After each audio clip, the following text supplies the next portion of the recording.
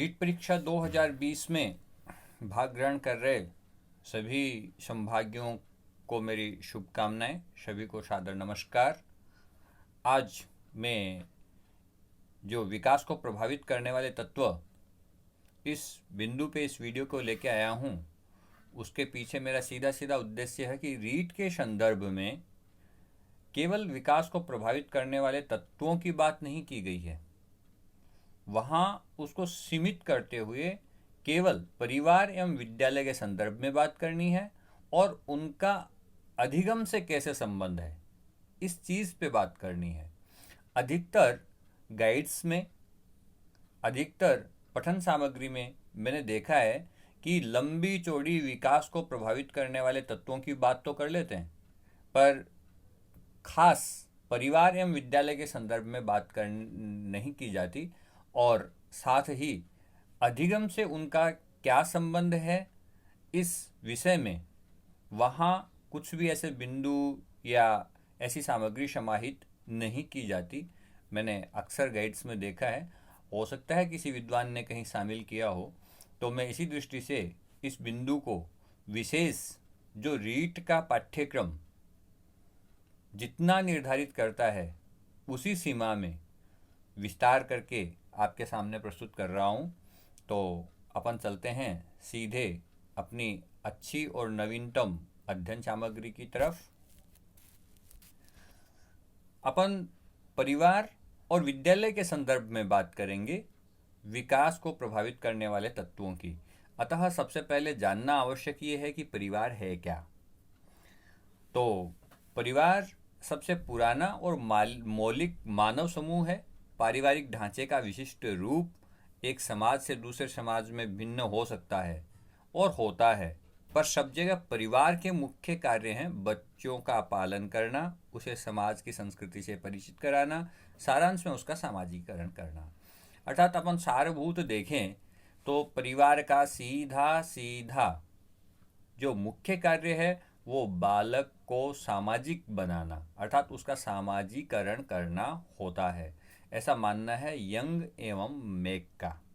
Young एवं make के अनुसार अपन सारभूत रूप से देखें तो हम कह सकते हैं कि परिवार क्या करता है, बालक का सामाजिकरण करता है और यही परिवार का मुख्य कार्य है। दोस्तों फटाफट विद्यालय की परिभाषा और देख लीजिए। विद्यालय एक ऐसा वातावरण है जहां जीवन के कुछ गुणों और विशेष प्रकार की क्रियाओं तथा व्यवसायों की शिक्षा इस उद्देश्य से दी जाती है कि बालक का विकास वांछित दिशा में हो। बालक का विकास तो हो, पर अक्सर अब देखिए विद्यालय और परिवार में थोड़ा सा अंतर भी देख लीजिए। परिवार में क्या होता है कि बालक का केवल सामाजिकरण होता है और उसका जो विकास होता है वो अनेक दिशाओं में होता है। विद्यालय में प्रयास ये किया जाता है कि हम जो चाहते हैं उस दिशा में बालक का विकास होना चाहिए।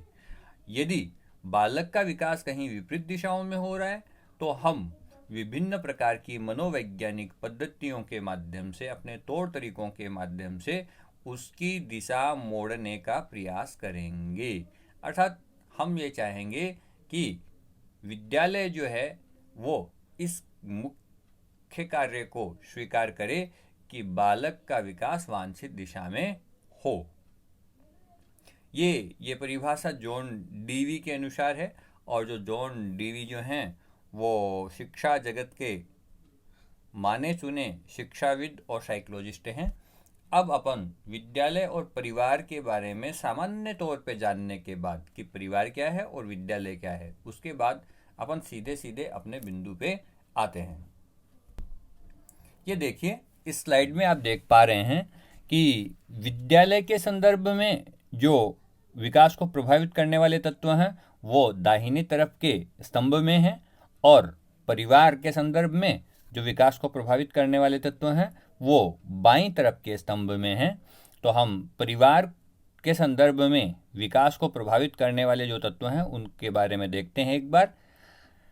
ऐसे जो तत्व हैं उनमें पहला है नैतिक व सामाजिक प्रशिक्षण, पारिवारिक समायोजन अनुकूलन का गुण, व्यवहारिक अनुकरण, आदतें व चारित्रिक पक्ष, रुचि, अभिरुचि एवं प्रवृत्तियाँ, वैयक्तिकता, प्रेम की शिक्षा, अहिंसा, परोपकार, सहिष्णुता जैसे सद्गुण, ये जो भी अपने परिवार के संदर्भ में विकास को प्रभावित करने वाले तत्व हैं, इनका विस्तार अपन आगे पढ़ेंगे अधिगम के साथ इनके संबंध को देखते हुए।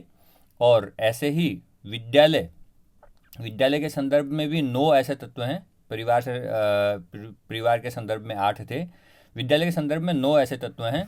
पहला है जटिलताओं का सामना करने की योग्यता, सामाजिक सांस्कृतिक विरासत संरक्षण, पारिवारिक ज्ञान व सांसारिक ज्ञान का समायोजन, सामंजस्यपूर्ण विकास, आदर्शों व विचारधाराओं का प्रसार, मनोवैज्ञानिक अनुभवों का प्रयोग, विश्व के संदर्भ में दृष्टिकोण, व्यक्तित्व संतुलन व पवित्र भाव सृजन, लघु समाज या सामुदायिक संकल्पना की समझ। ये 9 जो तत्व हैं वो तो विद्यालय के संदर्भ में हैं, जो कि विकास को प्रभावित करते हैं, और 8 जो तत्व हैं वो परिवार के संदर्भ में हैं, जो बालक के विकास को कहीं ना कहीं प्रभावित करते हैं। तो इनका अधिगम से संबंध कैसे है, इस अधिगम से संबंध को जानते हुए अपन इनका थोड़ा थोड़ा आगे विस्तार करेंगे और बहुत ही सार गर्भित ढंग से अपने कार्यक्रम को, अपने शिक्षण को आगे बढ़ाएंगे। हाँ, नैतिक व सामाजिक प्रशिक्षण, इसका बालक के सीखने से बहुत गहरा संबंध होता है। बालक क्या करता है कि प्रारंभ में अपने आप तक सीमित रहता है। उसको जब कहीं नैतिक और समाज से संबंधित प्रशिक्षण दिया जाता है तो वो सबका सम्मान करते हुए सीखने के लिए आगे बढ़ता है। वो अब एक समूह के रूप में वो भाई भैया से भी सीखना चाहेगा, मम्मा से भी सीखना चाहेगा, पापा से भी सीखना चाहेगा। वो अब अपने आप से बाहर निकलकर अन्य लोगों से कुछ ना कुछ, चाहे वो भाषिक, चाहे सांकेतिक या फिर अन्य व्यवहार संबंधित क्रियाएं हों, उनको सीखना चाहेगा। साथ ही जो भी हमारी सामाजिक नैतिक मान्यताएं हैं उनको वो धीरे धीरे अपने व्यवहार में उतारता चला जाएगा। अर्थात इस दिशा में उसका अधिगम आगे बढ़ता जाएगा। तो निश्चित रूप से ही नैतिक व सामाजिक जो प्रशिक्षण है उसका अधिगम से गहरा संबंध है। अगला जो तत्व है अपना वो है पारिवारिक समायोजन व अनुकूलन का गुण। बालक को सीखने के लिए हर जगह समायोजन तथा अनुकूलन करने की आवश्यकता तो होती ही है। ये तो सार्वभौमिक सत्य है और अपन कहते भी हैं, काफ़ी बार कहते हैं कि बेटा थोड़ा सा एडजस्ट कर लो। तो ये जो एडजस्ट कर लो है ये कहाँ से आया? वो परिवार में रह के धीरे धीरे इस गुण को विकसित कर लेता है, किंतु बहुत कम मात्रा में। और वो जो बहुत कम मात्रा में सीखा हुआ उसका समायोजन का पक्ष है, वो भावी अधिगम या आगे चल के उसको जो अधिगम करना है, जिसमें अनुशासन एक पक्ष होगा, व्यवस्था एक पक्ष होगी, तौर तरीके, व्यवहार, अभिवादन, ये सारे पक्ष होंगे। वहाँ जब जाके वो अधिगम के क्षेत्र में, औपचारिक अधिगम के क्षेत्र में आगे बढ़ने का प्रयास करेगा तो उसे अधिक संघर्ष नहीं करना पड़ेगा। अर्थात अधिगम, जो औपचारिक अधिगम है, उसमें उसको कम परिश्रम करना पड़ेगा यदि उसका समायोजन परिवार में अच्छे से हुआ है, उसका अनुकूलन परिवार में अच्छे से हुआ है। यदि नहीं हुआ है तो वो अपने भावी अधिगम में कहीं अधिक प्रेरित नहीं हो पाएगा, स्वप्रेरित नहीं हो पाएगा और काफ़ी सारी बाधाएं आने की संभावना रहेंगी। इसलिए पारिवारिक समायोजन व अनुकूलन का जो गुण है उसका महत्वपूर्ण भाव है किसमें? अधिगम में। ये तो आप सब लोग जानते ही होंगे कि बालक जो है वो अनुकरण द्वारा बहुत कुछ सीखता है।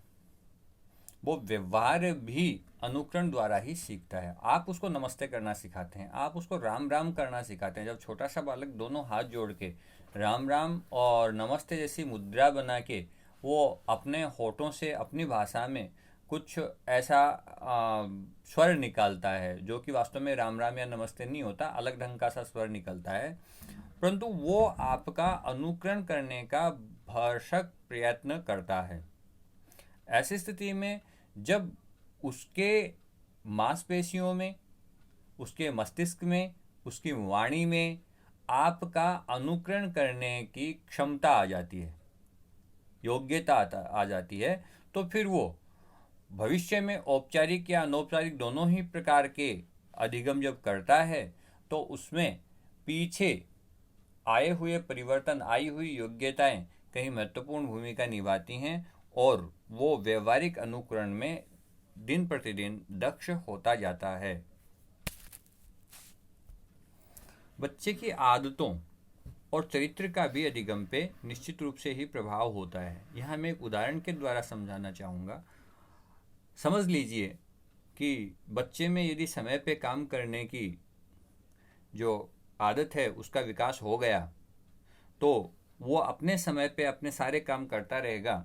ऐसी स्थिति में आगे जो सीखने के लिए उसको अवसर उपलब्ध होंगे, सीखने के लिए उसके पास सामग्री होगी, अधिगम के लिए जो उसको वातावरण उपलब्ध करवाया जाएगा, जो सामग्री उपलब्ध करवाई जाएंगी, जो टूल्स उपलब्ध करवाए जाएंगे, उन पे वो यथा समय काम करता जाएगा और उसके अधिगम की गति अच्छी होगी, उसकी सीखने की स्पीड अच्छी होगी।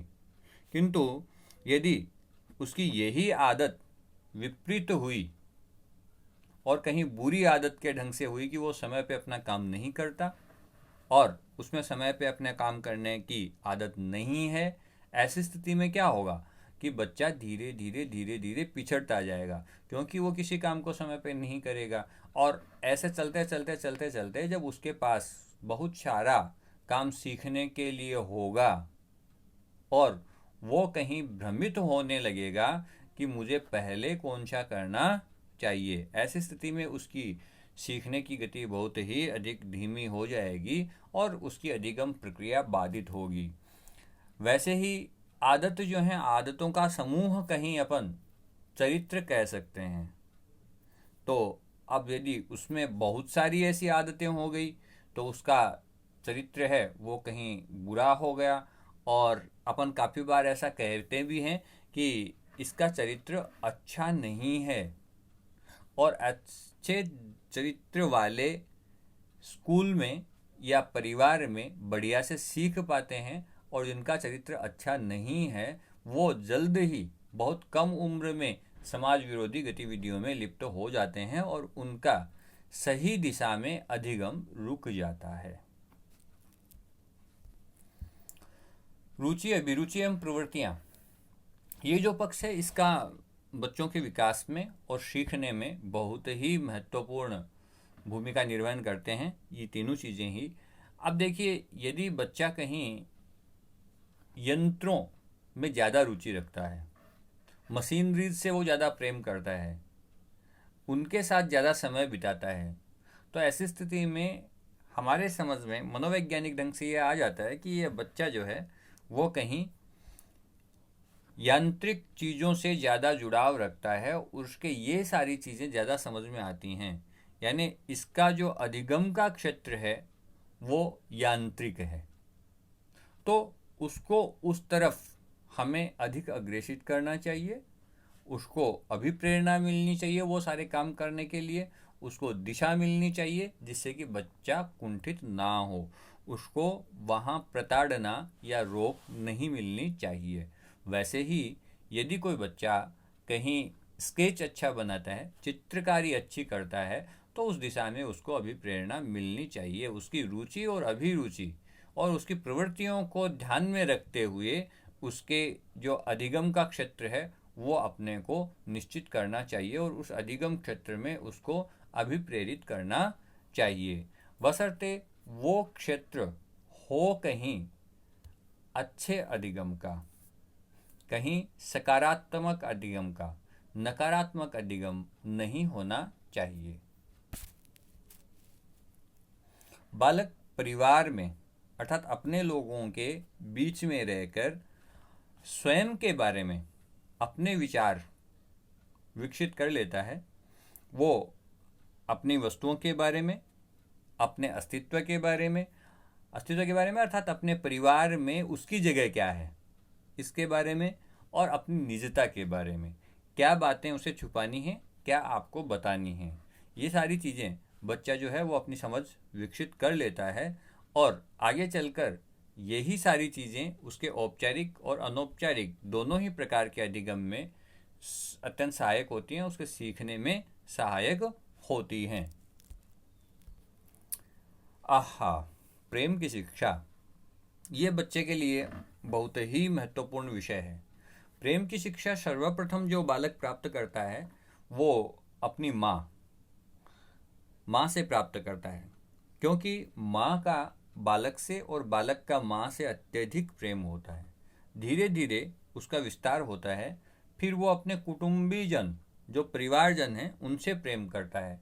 माता, पिता, भाई, बहन, दादा, दादी, इन सब से प्रेम करता है। और धीरे धीरे यही जो प्रेम की शिक्षा है वो परिवार के द्वारा अन्य के प्रति दी जाती है। जैसे माँ कहती है कि बेटा हमें कुत्ता, बिल्ली, मोर, उनको दाना डालना चाहिए, उनको रोटी डालनी चाहिए, उनको प्रेम करना चाहिए, उनको मारना नहीं चाहिए। धीरे धीरे ऐसी प्रेम की शिक्षा, और ऐसी ही प्रेम की शिक्षा अन्य उस बालक के जो छोटे मित्र हैं उनके प्रति भी दी जाती है। जैसे ना बेटा इसको मारते नहीं, ये तुम्हारा दोस्त है, तुम्हें इसके साथ खेलना है।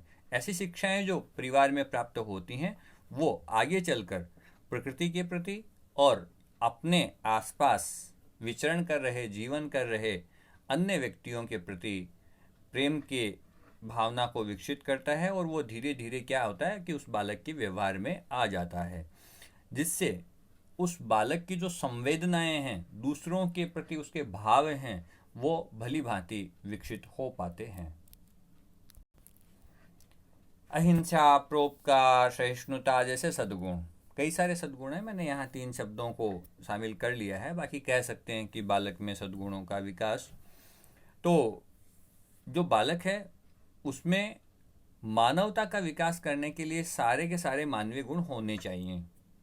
अब ये भी कहीं परिवार में ही उसको प्राप्त होते हैं, उनका बीजारोपण वहीं हो जाता है, उनके बारे में विस्तार से उसकी समझ विद्यालय जाने के बाद विकसित होती है।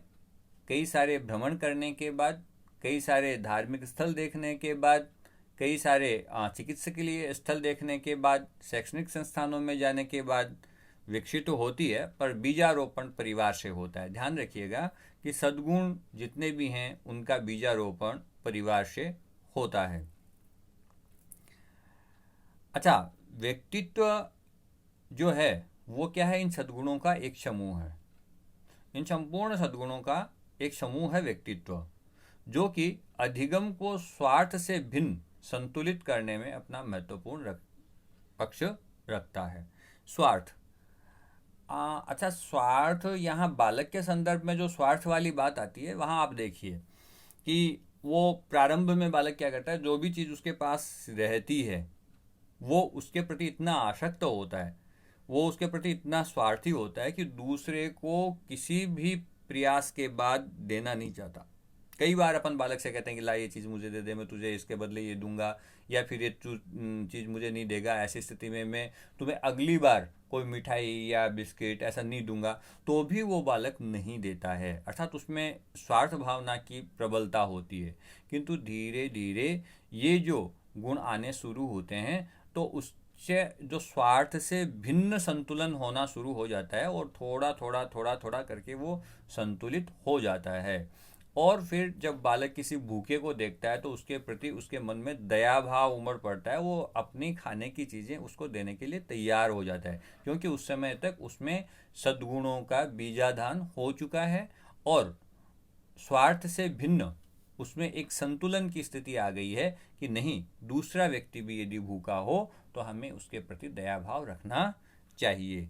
इस ढंग से जो ये सद्गुण हैं वो भी कहीं नैतिक शिक्षा के क्षेत्र में, अधिगम में बहुत ही महत्वपूर्ण पक्ष रखते हैं।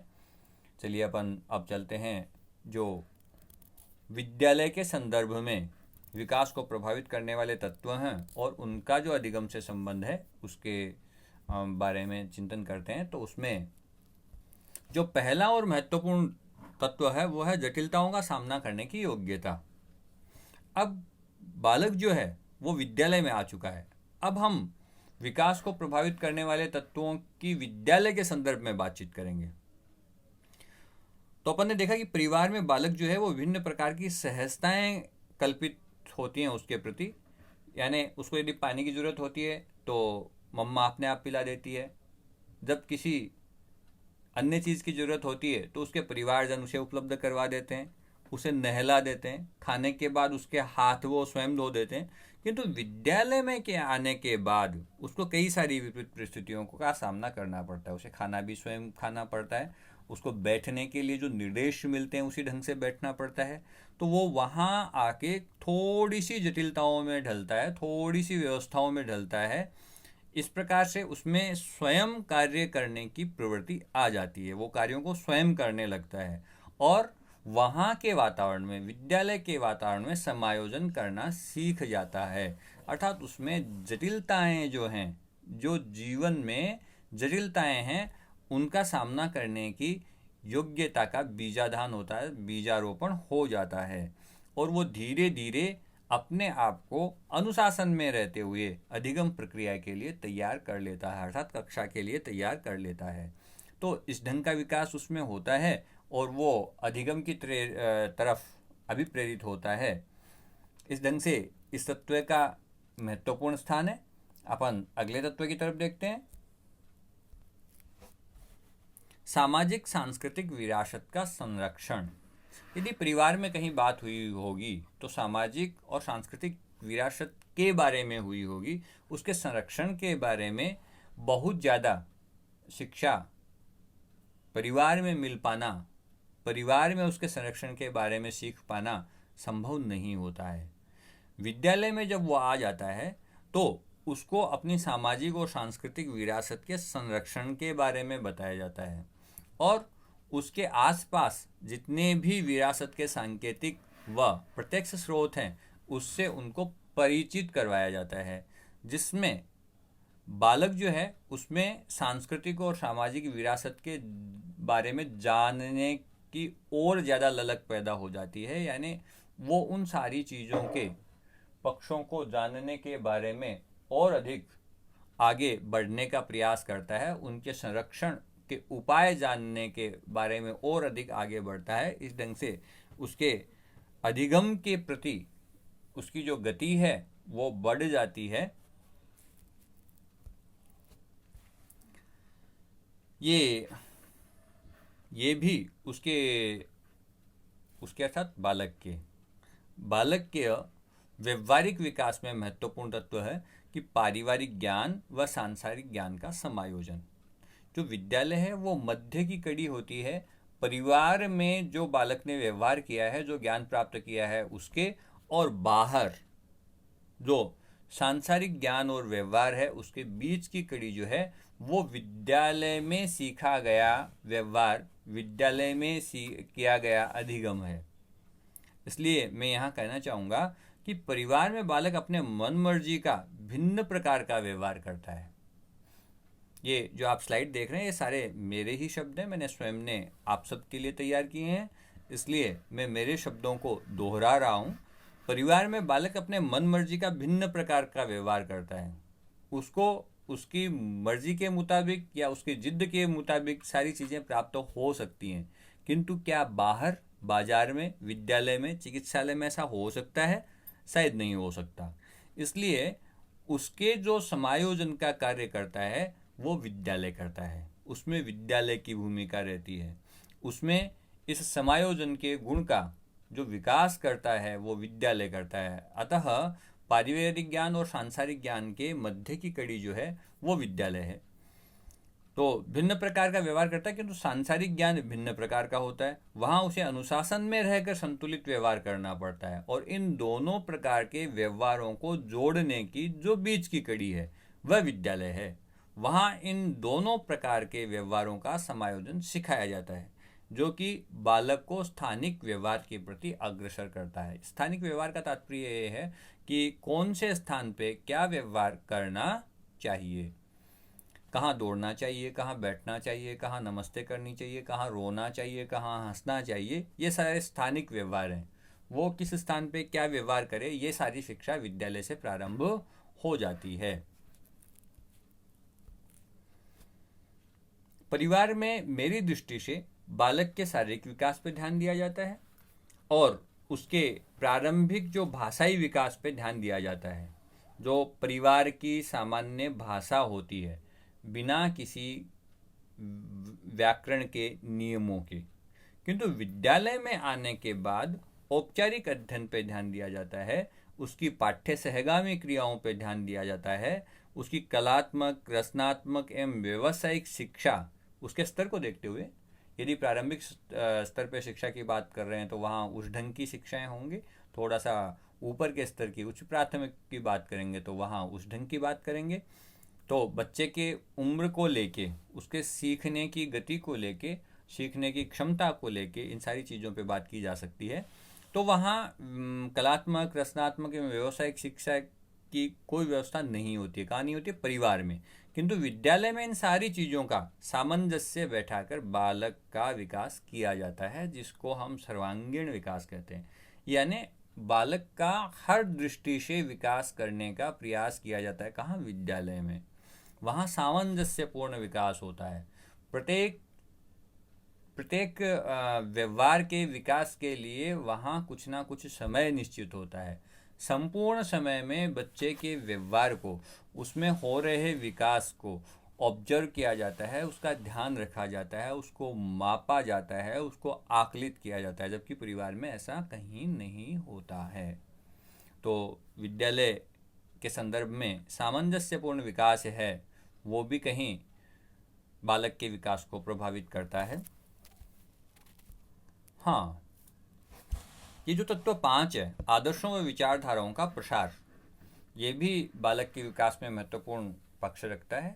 बालक में जो आदर्श और विचारधाराएं अपना स्थान बनाती हैं उसके मस्तिष्क में, उसके मन में, वो परिवार में कहीं उसके परिवारजन ही उसके लिए आदर्श होते हैं। उनका व्यवहार ही उस बालक की विचारधाराएं होती हैं।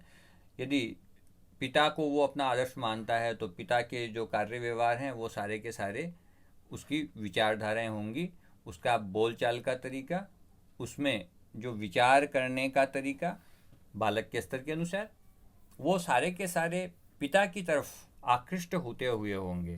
किंतु जो ही वो विद्यालय में जाता है वहाँ वो अनेक महापुरुषों के बारे में पढ़ता है, अनेक प्रतिभाशाली व्यक्तियों के बारे में पढ़ता है जिन्होंने अपने अपने क्षेत्र में बहुत सुंदर सा काम किया है, और अनेक विचारधाराओं के बारे में पढ़ता है, जहाँ वो काव्य भी पढ़ता है, कहानी भी पढ़ता है, और कविताएं, कहानियाँ, ये जो हैं वो बालक के मन पर अमिट छाप छोड़ते हैं। और धीरे धीरे वो कहीं परिवार वाले आदर्श और विचारधाराओं को छोड़ के अपनी विचारधाराओं का, अपने आदर्शों का बाहरी दुनिया में भी प्रसार देखने का प्रयास करता है। वो उन सब महापुरुषों को, उन सब प्रतिभाशाली व्यक्तियों को फॉलो करने का प्रयास करता है। इस ढंग से उसका उन आदर्शों और विचारधाराओं में जो विस्तार है वो अवश्यंभावी होता है, अर्थात जरूर होता है। हाँ, परिवार में मनोवैज्ञानिक अनुभवों का प्रयोग नहीं किया जाता बच्चे को सिखाने के लिए। वहाँ जो बच्चा सीखता है वो कहीं, अब मैं ये कहूँ कि बेतरतीब होता है तो अतिशयोक्ति नहीं होगी, क्योंकि बालक के सीखने का कोई निश्चित समय नहीं होता। उसको कभी भी सिखाया जाता है, उसके साथ कभी भी व्यवहार किया जाता है। कई बार किसी एक ही पक्ष पे बहुत ज़्यादा जोर दिया जाता है, कई बार कई दिनों के में किसी एक पक्ष के बारे में कहीं बातचीत भी नहीं होती। ऐसा व्यवहार परिवार में होता है। किंतु विद्यालय में आने के बाद उसके साथ मनोवैज्ञानिक अनुभवों का प्रयोग किया जाता है। जो पहले अनुभूत किए गए हों ऐसे अनुभवों का प्रयोग किया जाता है। इससे बालक के सीखने की जो गति है वो बढ़ जाती है, अधिगम की गति बढ़ जाती है, और वो कहीं व्यवस्थित भी हो जाता है बालक का अधिगम विभिन्न विषयों में, विभिन्न प्रकार के व्यवहारों में, और अन्य दक्षताओं में उसका जो अधिगम है वो व्यवस्थित भी हो जाता है और उसकी गति भी बढ़ जाती है। किनसे? मनोवैज्ञानिक अनुभवों के प्रयोग से। जो विकास को प्रभावित करने वाला सातवां तत्व है वो विश्व के संदर्भ में जो बालक का दृष्टिकोण विकसित होता है उसके बारे में है। तो विश्व के संदर्भ में जो बालक का दृष्टिकोण है वो विद्यालय में आने के बाद ही विकसित हो पाता है। परिवार में वो केवल अपने परिवार और परिवारजनों तक ही सीमित रहता है, किंतु विद्यालय में आने के बाद उसको अपने परिवार, समाज और गांव से बाहर निकालकर राज्य के बारे में बताया जाता है, देश के बारे में बताया जाता है, विश्व के बारे में बताया जाता है, संपूर्ण विश्व में अपने देश की स्थिति के बारे में बताया जाता है। जनसंख्या में कौन सा स्थान है, क्षेत्रफल में कौन सा स्थान है, क्षेत्रफल होता क्या है, जनसंख्या होती क्या है, इन सारी चीज़ों के बारे में बालक को अवगत करवाया जाता है।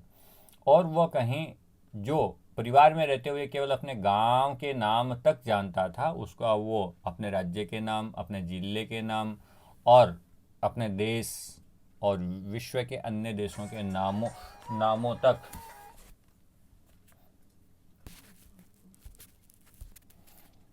वहाँ तक अपने आप को आगे बढ़ाता है। धीरे धीरे बालक का दृष्टिकोण विकसित होता जाता है और अपने देश की स्थिति विश्व के संदर्भ में देखना शुरू कर देता है। हम कह सकते हैं कि उसका विश्व के संदर्भ में दृष्टिकोण बनना शुरू हो जाता है। परिवार में क्या होता है कि बालक की सारी बातें मान ली जाती हैं, उसमें स्वार्थ की प्रवृत्ति अधिक होती है, ये अपन पहले ही बात कर चुके हैं। बालक केवल स्वयं से वास्ता रखता है, वो अन्य बच्चों को या अन्य परिवारजनों को दुख पहुंचाकर भी अपने आवश्यकता पूर्ति करने की सोचता है। किंतु धीरे धीरे क्या होता है कि जब वो विद्यालय में आता है तो उसके व्यक्तित्व का संतुलन शुरू हो जाता है। वहाँ शिक्षकों के द्वारा, सहपाठियों के द्वारा बार बार जो व्यवहार किए जाते हैं उनको बालक अनुकरण करता है, उनको देखता है, उनको सीखता है, उनके बारे में विचार करता है और धीरे धीरे उसके मन में अपने मित्रों के बारे में और अपने से बड़ों के बारे में पवित्र भावों का सृजन होना शुरू हो जाता है। अर्थात उसका संतुलित व्यक्तित्व विकास प्रारंभ हो जाता है। यह संतुलित व्यक्तित्व विकास की प्रारंभिक अवस्था है। यदि ऐसा बालक में नहीं हो पाता तो बालक समायोजित नहीं होता है, ना ही उसका व्यक्तित्व संतुलित हो पाता है और धीरे धीरे उसकी जो स्वार्थ प्रवृत्ति है, प्रारंभिक स्वार्थ प्रवृत्ति है, वो कहीं अपराधों में बदलना शुरू हो जाती है। इसलिए व्यक्तित्व का जो संतुलन है और पवित्र भाव का जो सृजन है वो व्यक्तित्व बालक के विकास में कहीं अहम भाव रखता है।